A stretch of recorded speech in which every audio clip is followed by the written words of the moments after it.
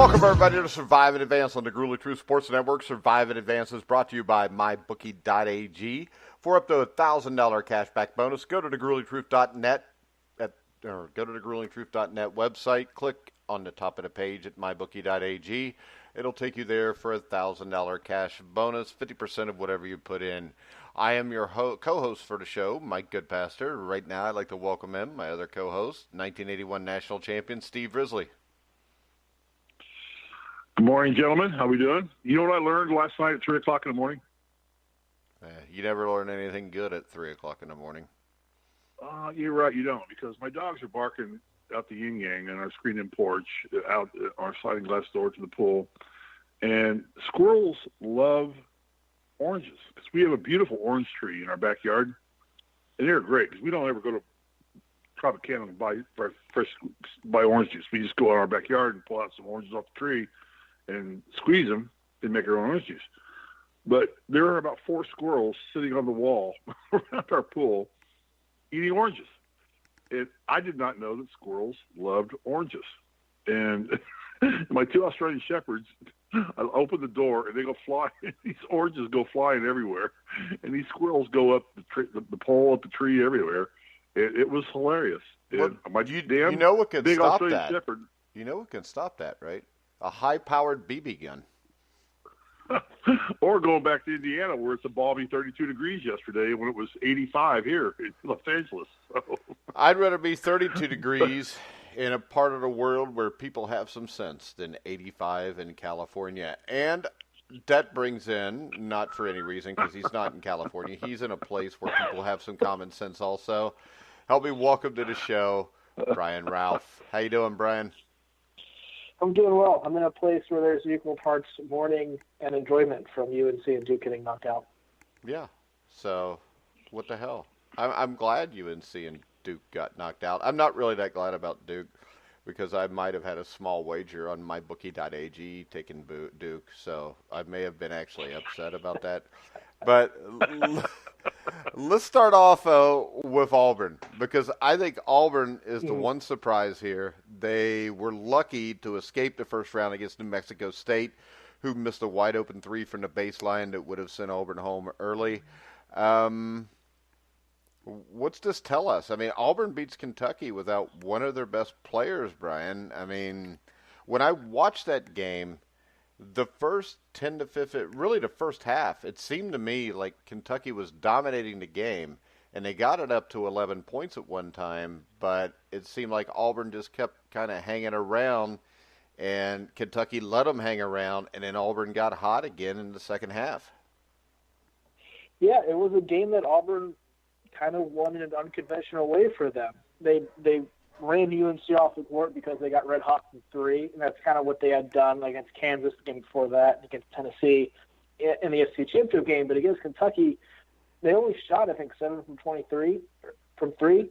So it wasn't that won the game for them. It wasn't the fact that they were able to play the game at their pace. Their defense won that game. They kind of outgraded Kentucky. I think they, despite being really overmatched size-wise and down low, were hung right with Kentucky on the boards the entire game. Were able to get to the rim, and in that second half, Bryce Brown kind of caught fire and went on his own little run at the start of the half. I think they started the half on a 10-0 run to take the lead. Auburn did, and from there they were able to keep to weather everything Kentucky threw at them because of their defense and the way they were able to attack the basket. Well, the thing that stands out to me when I look at this game, Steve, is when you look at the stat sheet, there's 2 things that stand out to me, and that's the fact that Auburn only turned the ball over 9 times. They caused 14 turnovers.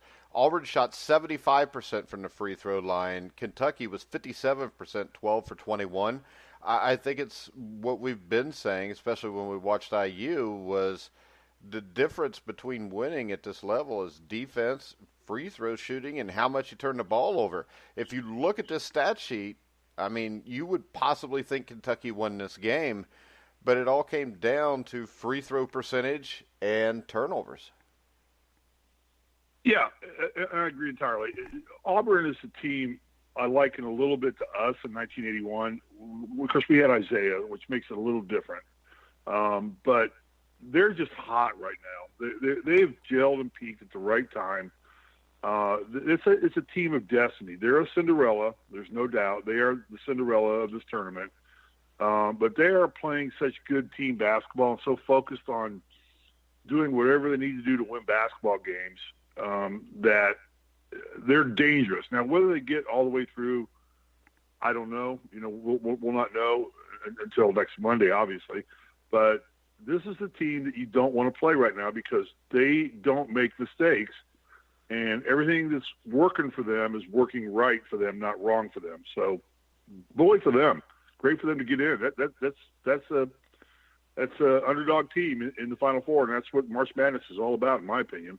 All right, Brian. When I look at this, the key to this game, I know Bryce Brown played out of his mind again. 8 for 12, 4 for 7 from 3-point range. I think the key to this is the Harper kid because that kid's as quick as about anybody I've seen with the basketball. And it seemed like in the first half he played a lot of that half out of control. When he gets himself under control, though, he's a handful because, number one, he looks like he's 5'6", and then they put up on the screen that he's 5'11". I mean, I think that's the guy that makes this team go if they've got any chance against Virginia. Yeah, he's definitely not 5'11". He's probably more 5'9"-ish than anything else. Yeah, but he looks like 5'6". Yeah, he doesn't. That's for sure. He played a big role for them down the stretch because of the fact that they weren't able to make threes at the normal clip. His speed and ability to get to the rim and kind of get around the bigger defenders Kentucky had on him allowed Auburn to kind of keep pace with Kentucky and match their blows down the stretch. And you go back to free throw shooting, Kentucky went, 12 for 21 from the foul line? Yeah. Harper went 11 for 11 by himself from the foul line. And he made all the ones in overtime down the stretch, hit the layup to force overtime. He was there when they needed him to, simply because Kentucky couldn't match his speed. Yeah, so when we look at this, I think this. I actually bet Auburn yesterday. It was because of this. Losing one of their best players, I think with only one day to really think about that, I think they could play this game off of emotion and win. I really don't see, Steve, how they beat Virginia. No, I think Virginia is probably the most talented team in the tournament, in top to bottom, in terms of being the best team. It's the last number one seed, obviously, and they're good, and they're seeking redemption. So they've got something to play for too. After what happened to them last year to University of Maryland, Baltimore County, I think Virginia makes it to the Final Four. I think they get them here, but teams of destiny are just tough to deal with. They're playing to win, not playing not to lose. And I don't know if Virginia's going to come out playing not to lose or play to win. I don't know about that team. But on paper, I would say Virginia. But with heart, which is how I kind of do things, Auburn just is the team of destiny right now. And we'll see what happens. Brian, what's your take on Auburn's chances to get past Virginia? Yeah, Virginia's a heavy favorite, I would say. I mean, as heavy as probably you could, what's that in the Final Four? 5, 6, 7 points. Not a ton, especially the way Virginia plays. Auburn, I wouldn't count out, though, because we've seen in this tournament, they can get red hot, and it doesn't matter what the other team does. If they make 17 threes again like they did against UNC, it doesn't matter what Virginia does. Auburn's going to win that game. Having Okeke hurts them, and I'm curious to see how the battle of pace plays out, because obviously Virginia wants to play as slow as possible and Auburn wants to play as fast as possible. So I think that could be an interesting dynamic to that game. But the only chance I really give Auburn is if they do make 15-plus threes, kind of like they did against UNC. Now, my problem with that game, is this. If Virginia can slow it down even a little bit, I think with Harper, I think he's the guy that's going to force the issue, and I think that's going to get him in trouble in the end. It might. And Virginia's got a quick little guard, that freshman Keehee Clark, who actually is listed at 5'9", and might be shorter than that. They have him on the perimeter who can match up with players like Harper. He has the quickness to do that, and they haven't had a player like that in the past. So even if Harper plays well, which I think we might see him go out of control, I agree with you on that, they have someone who can at least somewhat contain him. Yeah, and Mike, here's my question for you. My question for you is, does Auburn start to outthink themselves now? I mean, because they're playing just courageous basketball right now. Do they all of a sudden realize, holy cow, we're in the Final Four? And do they outthink themselves? You're a coach. Well, what I do can tell you right this. now Just to Auburn? off of history, Steve, what we've seen is, I mean, I know you talk about they're hot, they're Cinderella. The difference is this. You guys in 1981 were still ranked like 7th or 8th in the country, even though you were a 3 seed. Mm-hmm. Auburn, to me, is Auburn. They played Duke tough early in the season. I just think this, when it gets down to it, and I'll go to Brian on this, am I right or wrong here, but we've seen a ton of teams go to the Final Four that people didn't think would be there. We've seen very few advance to a championship game. A lot of these teams, and I might want Auburn in this category, the Final Four is a destination. Yeah. They focus on getting to the Final Four and winning the region, getting to the Final Four, not necessarily what they do once they get to the Final Four. I have a little bit of concern about Virginia as well, or had a little bit of concern before the tournament started, that making the Final Four because they hadn't under Tony Bennett would be a bit of a destination for them. But hearing them talk, they're talking about winning a championship and the job's not done. So that concern's alleviated for me with them a little bit. But for Auburn, particularly with the Okiki injury, it seems the focus was on getting to the Final Four and being able to shift your focus from that to now saying, okay, we have to not only win 2 more games, but win 2 more games against the best competition in the country. It's a very hard thing to do and to get your mindset out of that, especially when you're injured and don't have one of your better players in Okiki.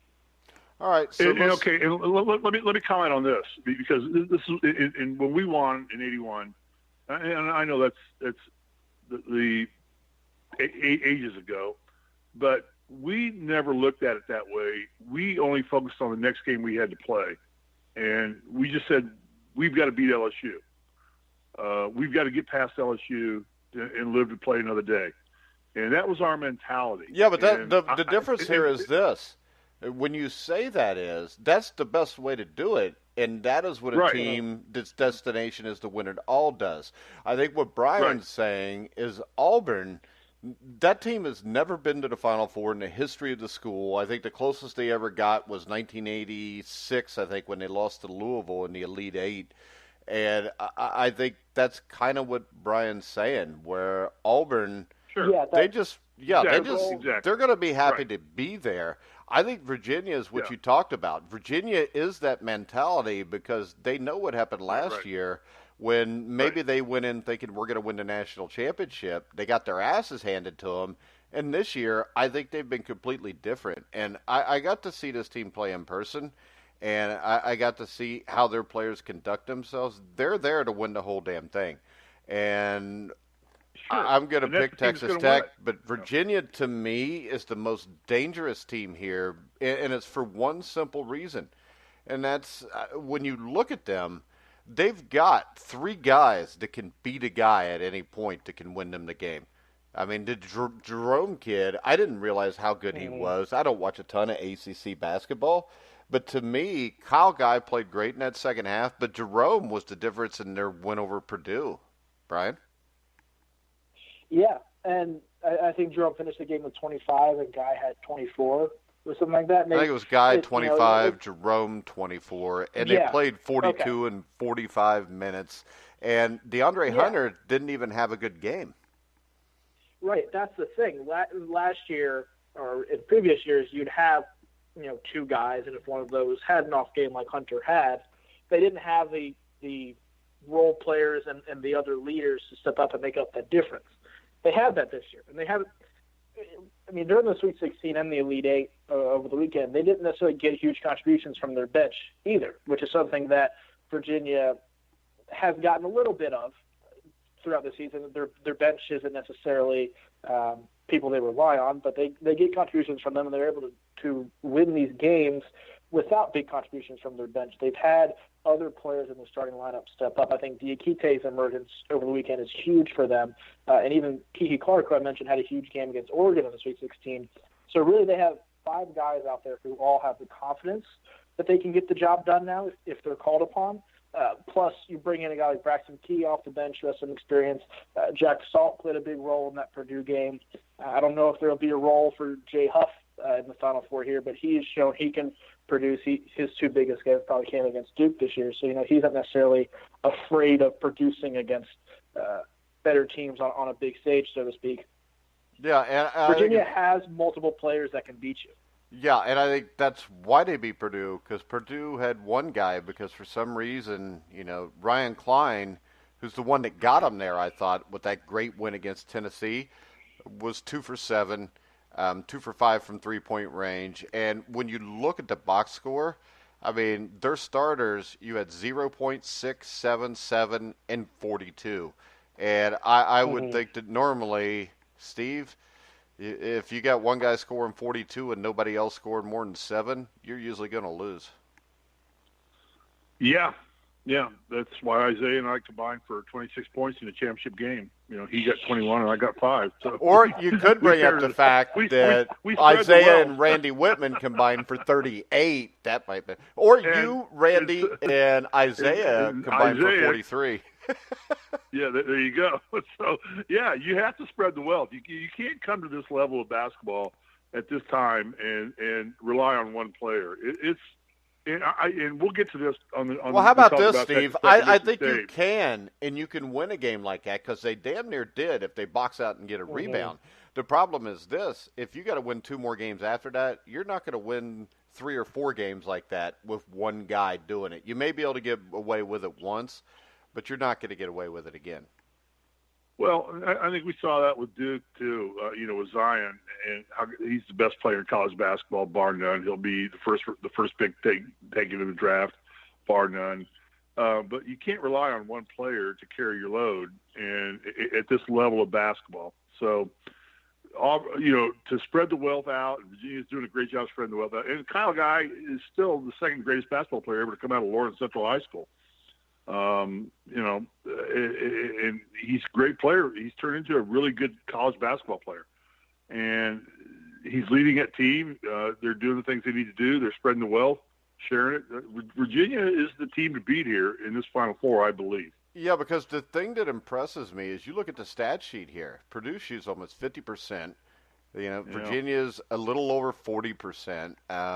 Purdue shoots 44% from the three-point range. Virginia shoots 33. Virginia did out-rebound them, but this is the thing. Virginia only turned the ball over 5 times. Purdue only turned the ball over 9 times. So what that tells me, you look at the stat sheet, I would probably think that Purdue won this game, but Virginia just finds a way no matter what. And I know, Brian, you've seen them play all year, and I think that's pretty much the MO of this team all year, isn't it? Yeah, they beat you because they don't make any mistakes. You mentioned they turn the ball over 5 times. If you would have told Matt Painter before the game, you're going to go and turn the ball over 9 times against Virginia's defense, he'll take that. But Virginia plays with such a ruthless efficiency that your margin for error becomes so much smaller because they don't make any errors, right? And the big thing for me in that game was Carson Edwards was going nuts, but on the other end, Jerome and Guy were answering him pretty much stride for stride. With the exception of maybe 1 or 2 possessions, Guy and Jerome stepped up and made the same shots and always had an answer, which is one of the reasons why that game was so much fun. Yeah, and Mike, yeah, it kind of goes back to the '79 with Larry Bird in Indiana State and Michigan State. And, Indiana State, they had Carl Nix, they had players, but they didn't have the support crew that Magic had with Michigan State. You had Ron Charles, you had I think Berkovich was there at that point in time. Yeah, but the most important player there was Terry Donnelly. Terry Donnelly was 5 for 5 in the field in the '79 game. That was a third player, and really, that was the killer because of this. If Bird would have played his normal game, Indiana State probably wins. Defensively, Michigan State put the clamps on him. Bird had a hard time shooting the ball. They missed a ton of free throws. I think it's Indiana State, I think overall is more talented than what Purdue was. But I'll tell you the difference is this. Indiana State, beat Arkansas because Heaton hit a shot, not Bird. And the problem here is this. I think that Larry Bird would have been willing for Carl Nix to be the superstar if that's what it took to win. I don't know if Carson Edwards is that way. But I do know this. At the end of the game, when Carson Edwards got the ball, he wasn't looking to shoot. He was looking to throw the ball to Ryan Klein. Yeah, who had been hot, who'd gotten hot. Who was hot game before, but not that game. Right. And I still, right, yeah. I have the utmost respect for Carson Edwards. I think he's a hell of a basketball player, but he has a tendency, Brian, to, no matter how well he plays, to just do something stupid at the end of the game. And I think we saw this. I think we saw him force a couple 30-footers in the last 5 minutes of regulation that ball should have been passed, and he should have been trying to find a better shot. I agree with that point, but at the same time, it's hard to necessarily fault him for that, considering how hot he was, and the fact he was making those shots just a couple minutes beforehand. So once he maybe missed one or two, I agree, should have looked to do other stuff, but it's hard to fault him for taking those. Yeah, but I can tell you this, Brian. When I was growing up, there was a game where I scored 36 points and missed my last two shots, so we lost by a point. And I got in the car, and I looked at my dad, and he said, well, shouldn't have missed those last two shots. Yeah, I mean, it's true. And Purdue would have probably lost by double digits had Edwards not been doing that. But when you make those shots and make them multiple times as he had, you're going to keep shooting those. And, again, because of the job he did, I don't necessarily have a problem with him, after he missed one, shooting another one. I think that's something. Once you miss one or two of those, and then it gets to a point where possessions become even more crucial. Yeah, but my point is this. On two of those, he dribbled the ball over half court, moved to his left, and launched a 30-footer with 24 seconds left on his shot clock. Well, yeah, and he had done that a couple minutes before he made it. Yeah, most of his shots came that way. Now, they're all bad shots. You can argue they're all bad shots. Some of them just went in. But when you had just made 3 or 4 of those, it's understandable to shoot 1 or 2 more. I think the problem that came after he missed the first 1 or 2 was continuing to fall back and rely on those. Well, I still think he could have tried to involve Klein more, because the difference was Kyle Guy didn't force those shots, still hit 4 or 5 threes in the last 8 minutes of the game, but he still passed the ball to Jerome, who hit a few also. And we saw the Purdue-Tennessee game where they both got hot, but they were both shooting the ball. And then Klein's the one that got the hottest. He continued to shoot it. I just think it's hard for one guy to do that. And I was impressed by Guy because, number one, he gets hurt towards the end of the first half. He hadn't shot the ball well, really, the entire tournament. Then he comes out the second half and does that. But the thing that impressed me was when the shot wasn't there, he had no problem deferring to somebody else who had the confidence to make the shot. And I think a lot of that, and I think Matt Painter is a really good coach. But as Steve has said before, Steve doesn't think he's a great coach. And I think that it's proven here because Virginia played more like a team, where Purdue basically stood around and watched Carson Edwards, and in the end, that was the difference in the game. That was my point I was going to make. Yeah, exactly. Matt Painter's a good coach. But, Purdue played like a one-man team. Virginia spread the wealth, and they went to the resources. They have a greater wealth of resources than Purdue had, and it just opened things up more. And Kyle Guy is a smart kid. He went to Lawrence Central High School, where I went to Lawrence Central High School. And I'm still the all-time leading scorer at Lawrence Central High School. No, you're not. You're second. Hell, he scored more points in the second half the other day you did in the entire 1981 tournament. So don't give me that crap. There you go. That's college. But that was the problem, and it felt coaching matters now. And that's why when we get to the next game, we're going to talk about where I'm going to lay my flowers on or rest my laurels on. But coaching makes a difference, and Virginia's a better coached basketball team. They knew what to do. They knew how to spread the wealth. They were trained to give the ball up and give it to the guy that's hot. And when you rely on somebody like a Ryan Klein, who had a phenomenal game, drilling the threes, and you come back and if you rely on that solely, or rely on one player to drill 42 points for you, you're probably not going to win at this level of basketball. Am I right, Brian? Yeah, and that kind of, I agree with your guys' larger point about Painter, but if you go kind of down the roster here, Virginia had a better team than Purdue at pretty much every position. Right. And that's been the case for Purdue most of the year. Whenever they went up against a good team, their difference for them was the fact that they had Carson Edwards. And without him going nuts in the tournament, they don't make the Elite Eight. Yeah, but you know what? When I look at their roster, that big number 50 in Harms, I don't know if I buy that. I mean, when I watched Indiana play Purdue, Carson Edwards goes off, the difference in the game was still Harms. And it just seems like when they play the better teams, they tend to not play like a team. They just hope that Edwards or Klein gets hot. And I think Matt Harms is a really good player. And at number 50, he's a really good defensive player. He's got some low post moves, but they don't give him the ball. That's true. I mean, all of that stuff is true. And a lot of the role players are young and I think will become good players. I mean, keep in mind, before the season started, this was supposed to be a transition year for Purdue. Oh, yeah. I mean, I remember when they were 6-5, we were talking they were going to be like Indiana last year and be 500. Right. Yeah, so, I mean, the fact that they got to this point, I think, and were regular season champs in the Big Ten, goes back to, I think Painter did a better job than expected with this team. I think you have to applaud him for that, and I do think Edwards' play had a lot to do with that. But, when expectations changed because of your overachievement, I didn't see Painter adjust to that necessarily. He kept riding that wave, and I think when you overachieve like that, you have to have, or you expect at least, some of those role players to develop a little bit faster, and that didn't happen.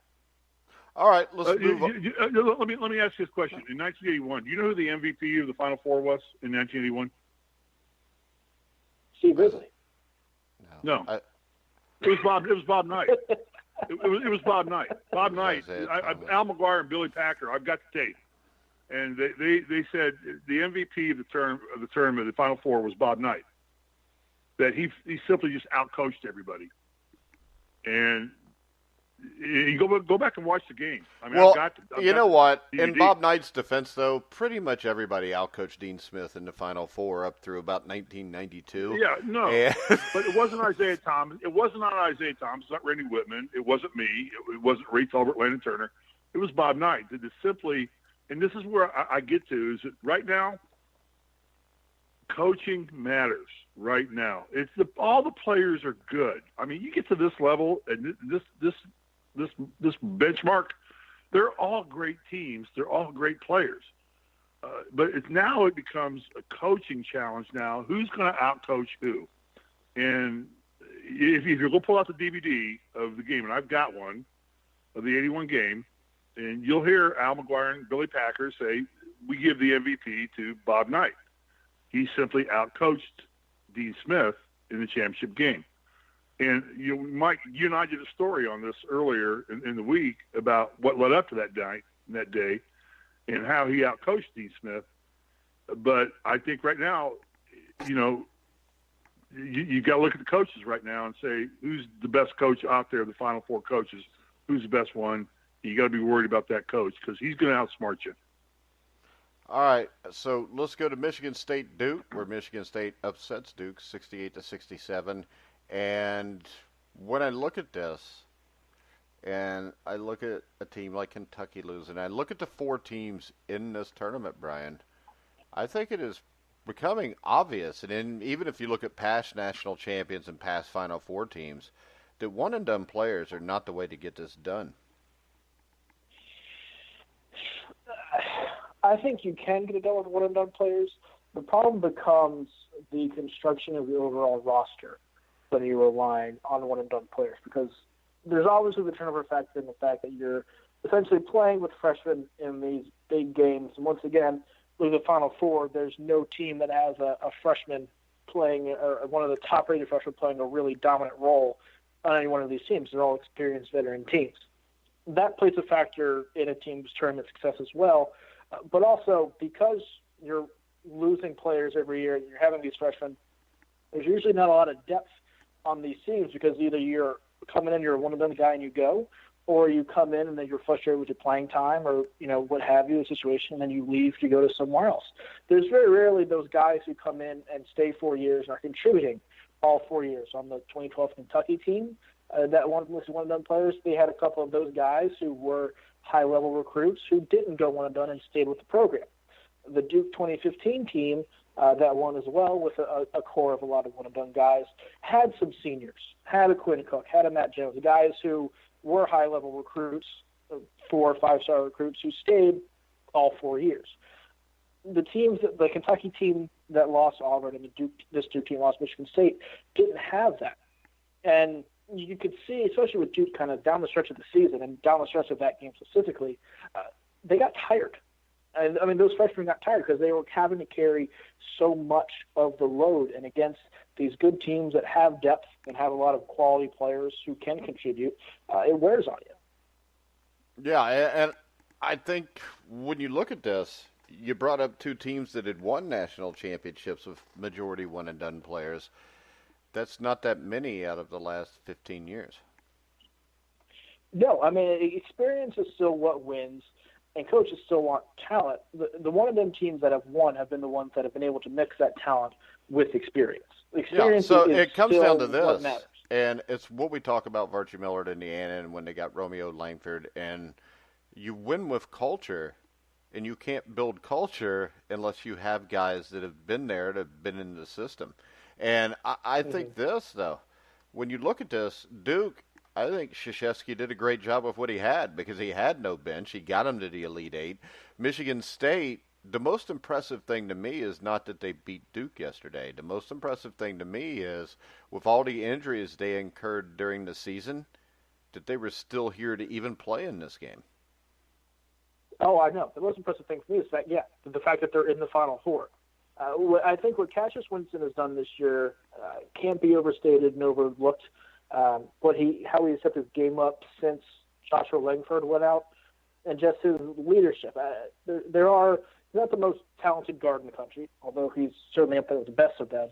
But I think his leadership and the way he's been able to carry this team this year and elevate the play of everybody else around him has been spectacular. And Izzo has done his thing as well. But what Winston has done on the court with this team, I think, has been phenomenal. Yeah, and Steve, when I look at this, once again, every time, I haven't looked at Texas Tech's stats yet, but the first three teams that I bring up that are in the Final Four all had single digits in turnovers.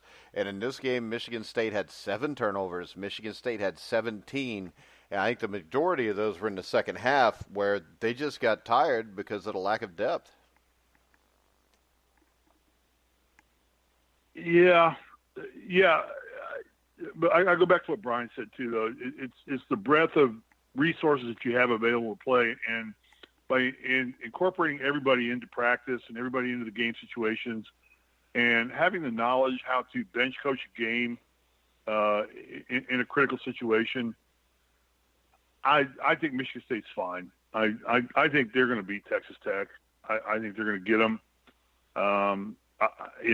I've been a proponent of Tom Izzo all season long, even though I allegedly picked Villanova, which I don't remember doing that. But it was. It'll be played at the start of the show tomorrow. Okay. All right. Or we'll save it for Friday so Poncho can hear it too. So Poncho can hear it. Yeah, there you go. But I just think that I like what Brian said. There are horses for courses, and Calipari and Krzyzewski are good one-and-done coaches. You know, they get it. They know how to do it. They know how to manage their programs that way, and they manage their programs that way. But I think that in the end, the team camaraderie, I know what we did in 81, the team camaraderie, all of us hanging together, all of us working together, all of us, like I said, Kitchell went out 5 minutes into the first half, never came back in the game, and somebody else filled in for him. And Knight had no problem with that and never even thought about putting Kitchell back in the game. And Kitchell was our best shooter and never put him back because he knew that based on the dynamics of how the game was being played, what he needed to have done.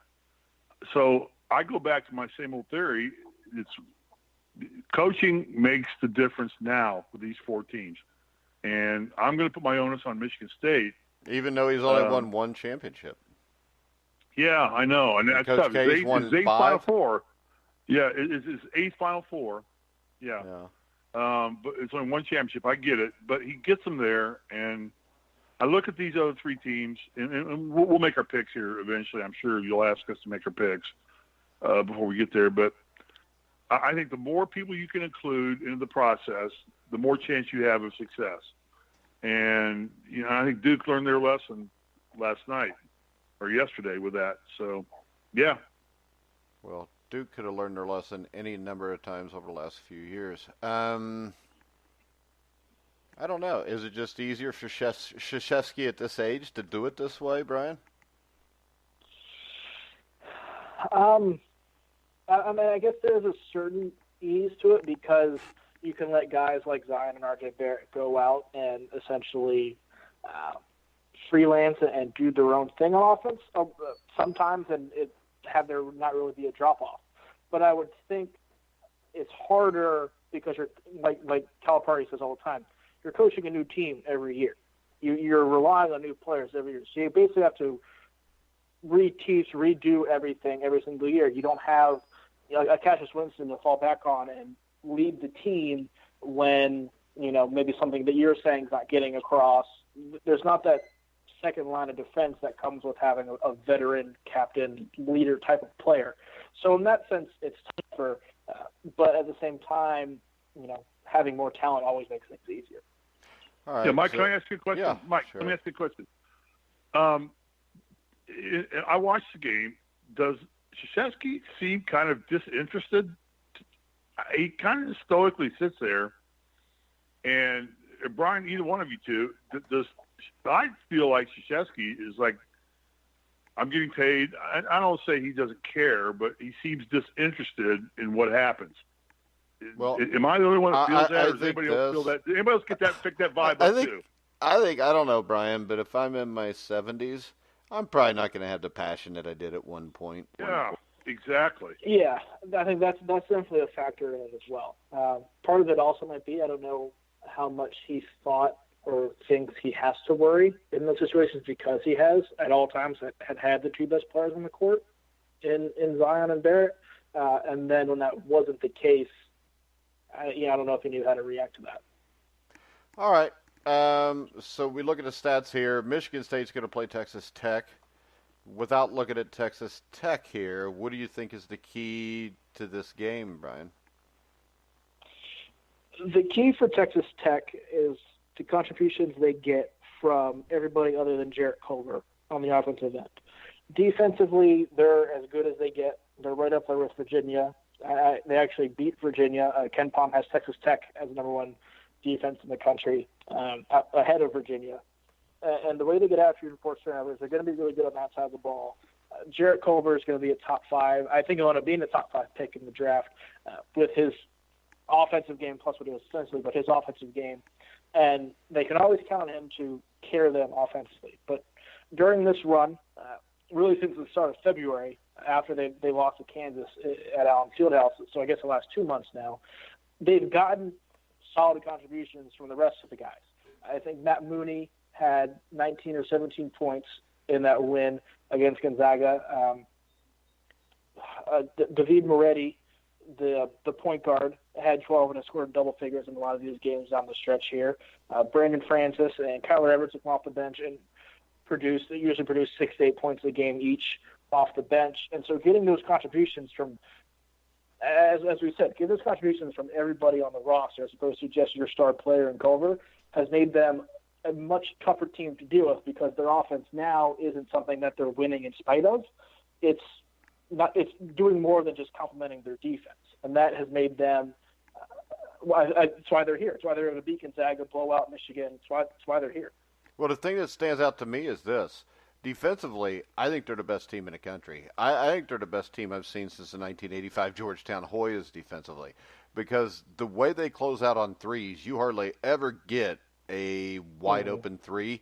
But on top of that, it's very rarely because the weakness of the Georgetown Hoyas of 1984 and 85 was at the free throw line. And it cost them against Villanova in the 85 championship. But you look at Texas Tech, they were 16 for 19 from the three-point line. They got out-rebounded, but I think it's fair to say against most teams they play that have big inside presence, they get out-rebounded close to double digits. But they caused 16 turnovers from a Gonzaga team that doesn't turn the ball over, and they made 84% of their free throws. They're well-rounded. They've shored up their one weakness in the fact that Cohort is the only offensive threat for the first 2 or 3 months of the season. That's no longer the case anymore. They don't have a lot of holes. Yeah, and I think that people miss the fact that Gonzaga beat Duke without Ryan Hachimura. The Hachimura played in that game. I thought he didn't. Gonzaga was missing somebody in that game. Killian Tilly. Okay, it was okay. Yeah. All right. So when we look at this, I think this is a great matchup between Texas Tech and Michigan State. And I think you have two great coaches. I think Beard's done an outstanding job there. Wasn't Beard the head coach at Arkansas Little Rock when they upset? Who'd they upset? They upset somebody, didn't they? Was it Iowa or Notre Dame? Yeah. Yeah, Beard was a D2 coach at the end of the 2014-2015 season. Yeah, but I thought he had one year before he went to Texas Tech, didn't he? Yeah, he after that he went to Little Rock, spent a year at Little Rock. They won 30 games, beat I think it was Purdue actually that they beat. Okay, I know it was a team around in the here. first round that year, and after that he spent 1 year there, and then he ended up at Texas Tech, where this is his third year, and he has them in the only 2 Elite Eights in school history, not the first Final Four in school history. I mentioned this in an article I wrote over the weekend. That's up today. The job he's done so quickly, there's no accolade you can throw on him that I think is too much. Yeah, I think there's no doubt he's the coach of the year. I think coaching will be the difference in the Texas Tech-Michigan State game, Steve, and I think Texas Tech will win because of it.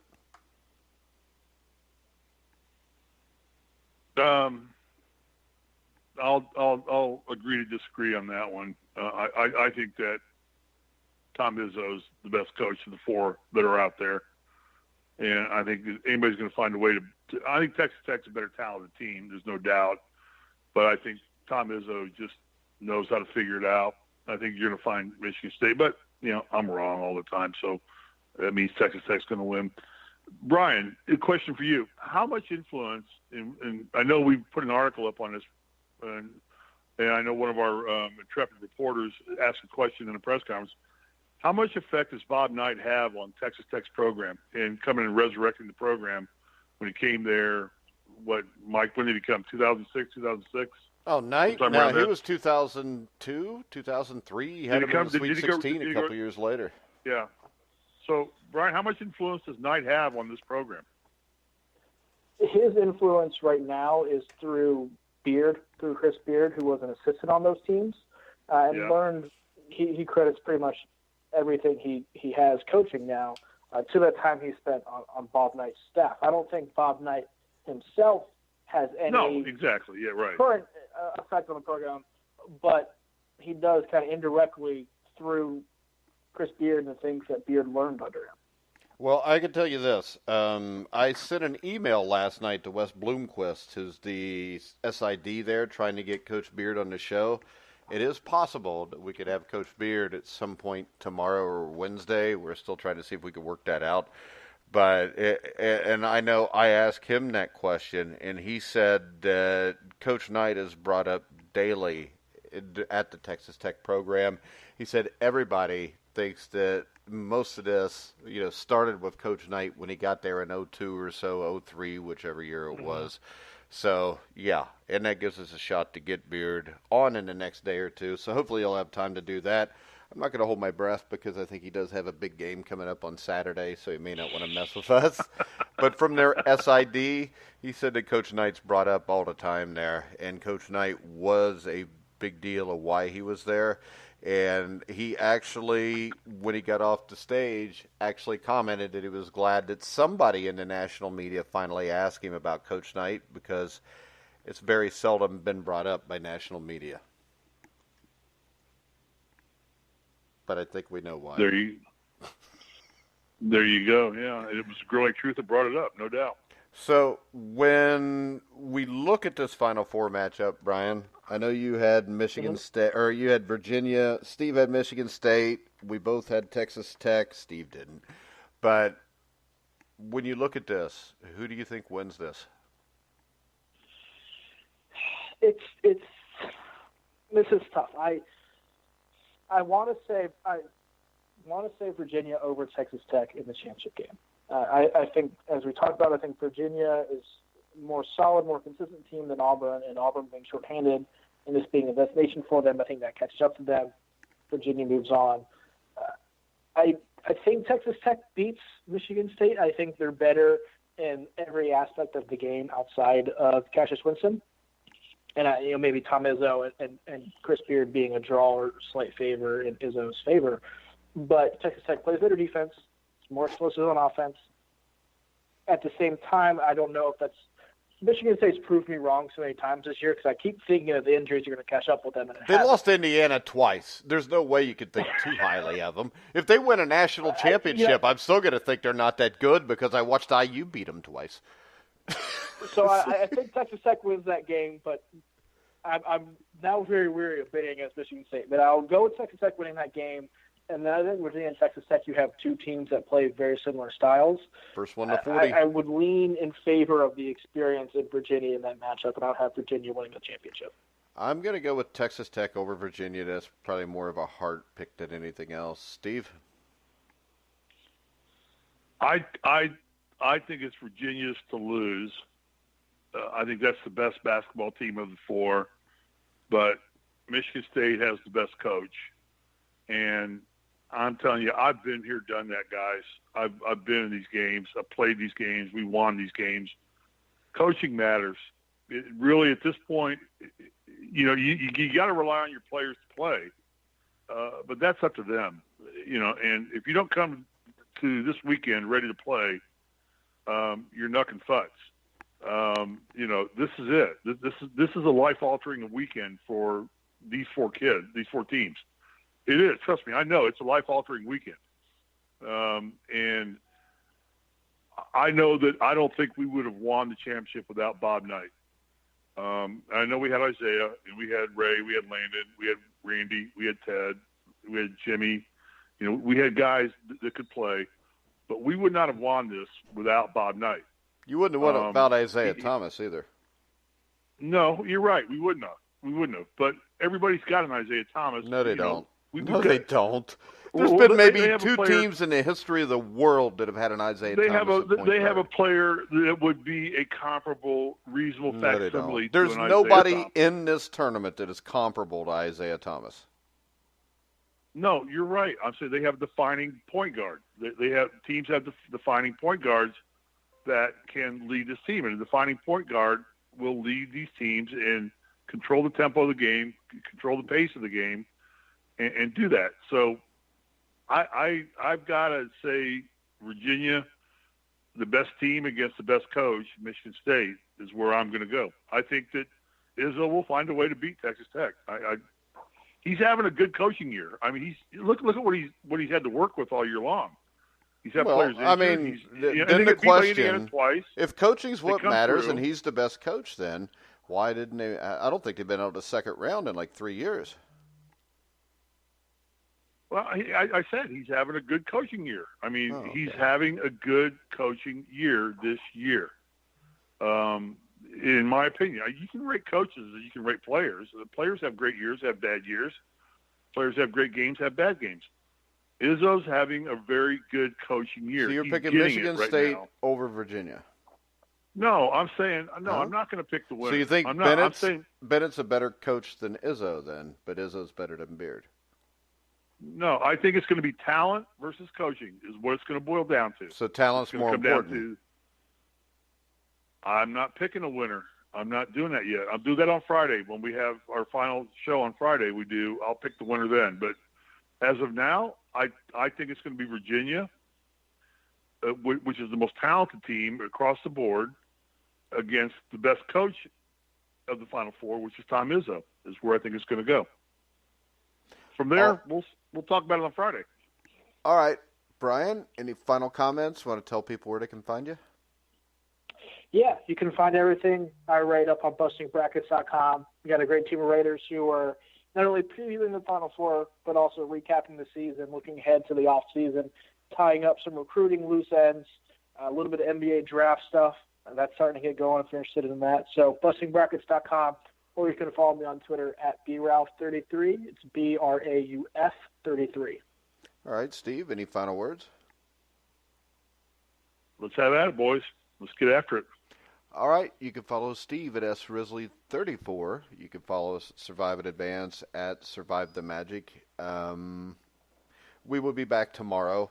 I don't know what we're doing, but we'll figure it out, and it'll be fun. It'll be entertaining, or it won't. So you'll just have to come back to check out. Today, the Sheridan Report will be running a little bit later. It'll be at 4 o'clock because I got to get my truck working on and my shoulder. So we will be back. Mike, what? I will say this. We do have Poncha Wright, 1980 national champion from Louisville on Friday. Yeah. And we are working on, right now I'm in negotiations to get Steve Alford on from the 87 national championship team on Thursday. He's checking his schedule. No guarantees yet, but he and I converse. And I've also been dialoguing a little bit with Dane Fife, who's an assistant coach from Michigan State. And I don't know what Dane's availability is going to be, but stay tuned to our show. We're going to have it's going to be a week full of NCAA basketball. Yeah, and we've got the possibility of Coach Beard here in the next day or two. Coach Beard so here. We'll see how that goes. So, yeah. So I may have to interview him at like 4 in the morning, and we insert it into the show. But I told him we could do any time they could give us 5 or 10 minutes. So no sweat. All right, guys, we're going to wrap it up. Make sure you hear or listen to all of our shows. You can find us on Spotify, iHeartRadio, iTunes, TuneIn, Spreaker, Stitcher, YouTube. Wherever you find sports podcasts, you'll find The Grueling Truth. So for Brian Rauf, Steve Risley, I'm Mike Goodpaster. You've been listening to The Grueling Truth, where the legends speak. Hey, Brian.